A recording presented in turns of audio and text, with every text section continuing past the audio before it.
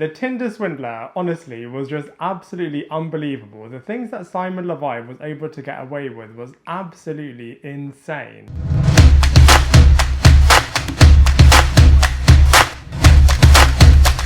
Hello everybody, welcome back to my channel Lifestyle Critic. I hope you're having a brilliant day. So in this video we are going to be reviewing The Tinder Swindler, which is a true crime documentary, even though it does feel like a bit of a movie with its recreation of events and pulsing music, but it's actually really shocking, as this is fully real in terms of what happened to all of these unfortunate women, and it's just absolutely shocking and crazy, all of the elaborate scams that the Simon Leviev character and person was able to pull off. And like I said, even though it felt like a movie, it's just absolutely mind-blowing that all of this stuff actually happened, and I'm going to be breaking it all down for you in this documentary movie review. So in this documentary movie, we're introduced to three women, Cecilie, Pernilla and Ayleen, and there were countless others, but these are the three main ones that feature in this documentary movie, and they recount their very similar stories of how the Simon Leviev con artist would totally emotionally abuse them and lure them into this complete false lavish lifestyle, and would then financially abuse them and fleece them of hundreds of thousands of dollars. And the fact that this person just had no heart, no remorse, and was able to get away with it for so long, which is just so mind-blowing. And I thought this documentary was so well made, as at first it feels like a bit of a romantic comedy movie in terms of all of the incredible stories that all of these women are telling, but then suddenly it turns really dark, really sinister, and you're feeling really uncomfortable as a viewer, and also you're so empathetic for all of these women as well. But then I'm really glad that they do show that there is a bit of light at the end of the tunnel, as these three women really pluck up so much strength. And on that point as well, I thought it was so emotional how the Cecilie character was saying that she was even contemplating suicide, as she was just so plummeted and couldn't really see a way out and didn't really feel like her life was worth living, which I just thought was so emotional. But like I said, I thought it was so incredible how they showed that these three women were able to really pluck out the strength to not only survive, but also to really band together to finally stop the Simon Leviev character, who was just getting away with it for so long.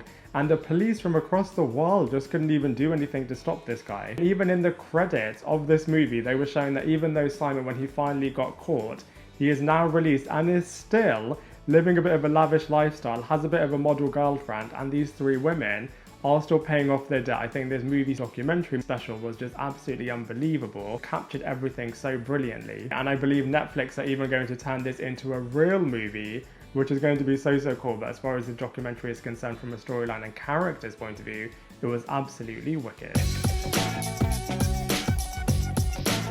So one of the real strengths of The Tinder Swindler is the structure in the way in which this crime documentary is portrayed. They did such an excellent job.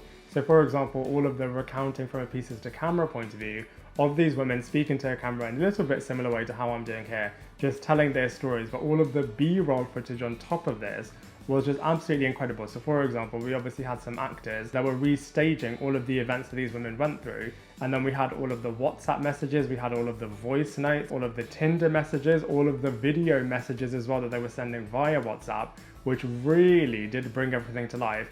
And like I said, all of the pulsing music really did have an emotional charge. And then when we had the police and the journalists involved as well, kind of taking all these secretive pictures and even going to Israel to try to find the real Simon Leviev as well, and then speaking to his mother, I just feel like from a visual point of view, they created this documentary absolutely brilliantly.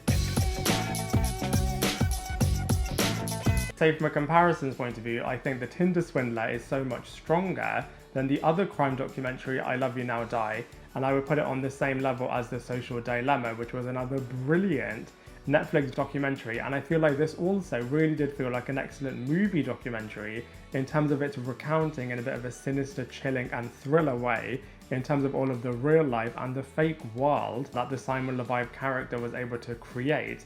And it's no wonder the Netflix are going to be thinking about turning this into a real movie, as it really did feel like one. And I can only empathize and sympathize with the things that all of these women went through, as the Simon character really is an absolute criminal mastermind in terms of everything that he was able to get away with.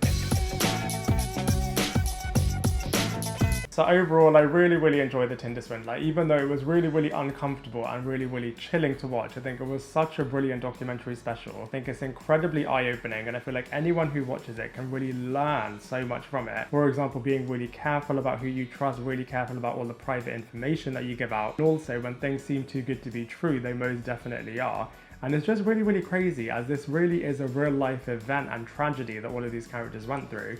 And I just really hope that all of the victims are okay. But as far as a crime documentary is concerned, I have to give this a massive 8 out of 10.